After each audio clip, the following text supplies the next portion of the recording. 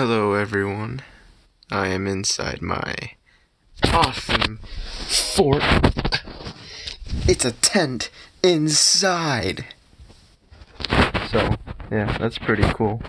I put up this tent because my room is my room is very cold in the winter, so I kind of have to have this tent up so I don't have to wear a hoodie when I go to sleep because my ears are freezing off my head.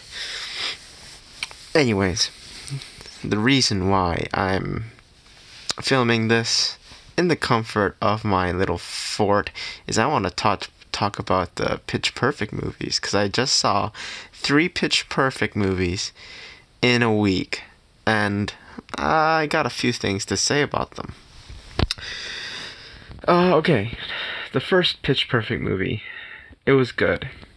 Surprisingly good. I didn't expect it to be anything. The a cappella songs were good. The performances, however, I did like Anna Kendrick's character, and I did like the guys. The rest of the cast was fine, except each character in the Bard and Bellas have a certain characteristic which is used for comedy. But the thing is, I'll get onto this in my later reviews, most of these qualities are used for comedy endless times throughout the next 2 sequels, and it sometimes gets a little bit tiresome.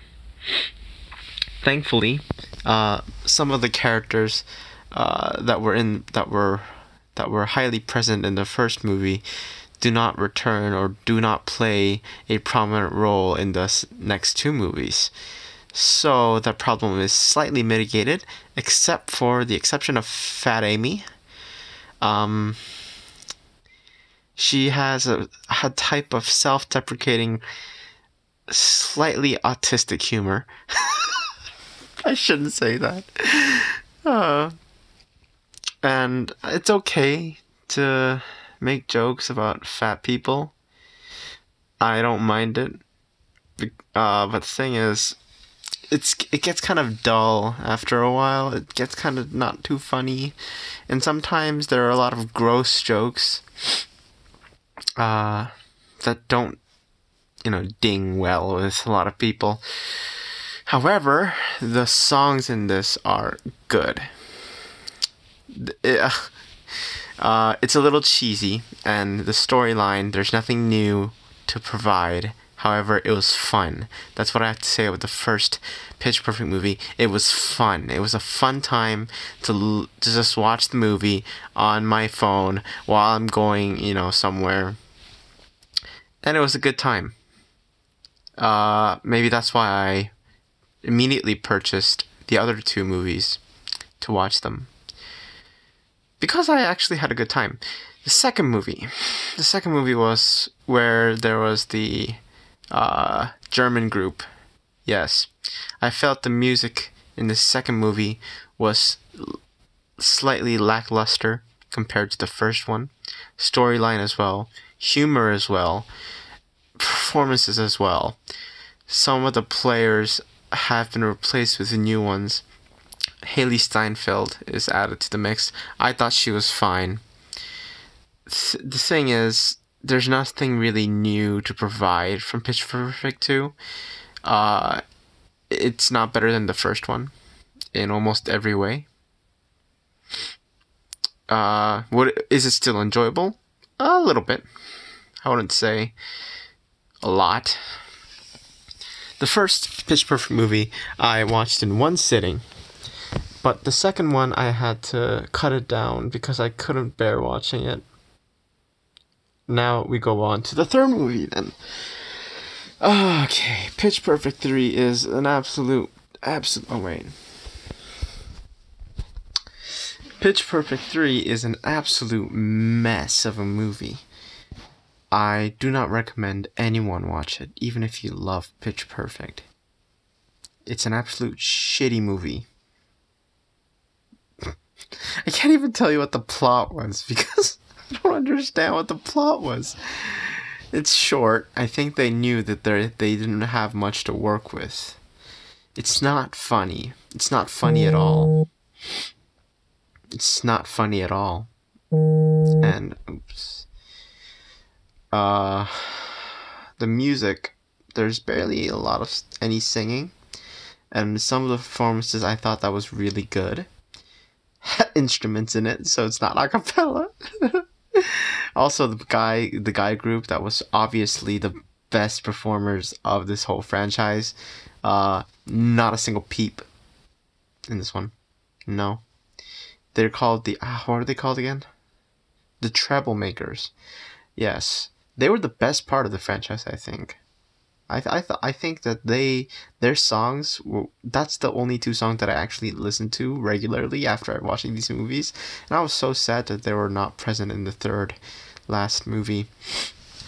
And I think they knew that they had milked the formula enough. Oops. Sorry, 1 second. Alright, so what I want to talk about is, like, I don't think these movies, they've aged well. Well, it's obviously about girl power. And, woman power, which I'm all up for. There are some jokes in these that are obviously satire, but I've heard some people, like, recently who watched the movie say that this type of satirical jokes, like the male commentator who always commentates on these a cappella performances, they didn't really hold up. I thought they were funny because basically shock value, but that's the only quality of this guy, that he's a sexist and a misogynist. That's the only type of humor that he actually portrayed. And so what the woman announcer, his partner, was slightly racist as well, which it's fine. They're comedians. There were comedic roles. So I just wanted to address that. Some people might not be too comfortable to watch this movie. And what else do I want to talk about? I thought that the overall arc that the main characters were set to go through was actually pretty smart. Maybe because I'm a college student. Because it's basically you starting out as a college student, you have to go to a club, which for Becca, the main character, Anna Kendrick, was the Barbendellas. And then you grow in this club with these people who are your family. Now you have like other interests, like what am I gonna do after school, or what am I gonna do after I graduate? I have to go out to society, and I have to get a job. I have responsibilities now because I'm a fucking adult. Basically, they deal with these issues. They bring them up, and in the third movie, I think they did conclude it on a note that even if we're not doing so well after school, with our responsibilities, with our getting a job, we still have each other. Yeah, oh, fuck, what am I talking? Okay. Yeah, so I like that overall arc that this franchise had. Although it wasn't explored too much, there were some friendship moments, like the campfire moment in Pitch Perfect 2. Okay, well, my final words on Pitch Perfect 3 is it was boring as hell. It obviously didn't know what it was doing. And it was short because they didn't know what to do with it. I had to cut that movie up into several viewings because it was so goddamn fucking boring. And at one point, I even had to skip, because I'm watching this on YouTube, where I pay YouTube to, for my movies. I had to skip because I couldn't bear the fucking dialogue and these romances they start with these fucking military men. And why? Okay, I have a question. If they're performing for the military, and you can obviously see that the crowd is full of men in the army, Army uniforms. Why are the cheers like generic cheers? Shouldn't it be like whoa, like men? Like the Bart and Bellas, they're all women. They're an all-woman a cappella group dressed in hot outfits.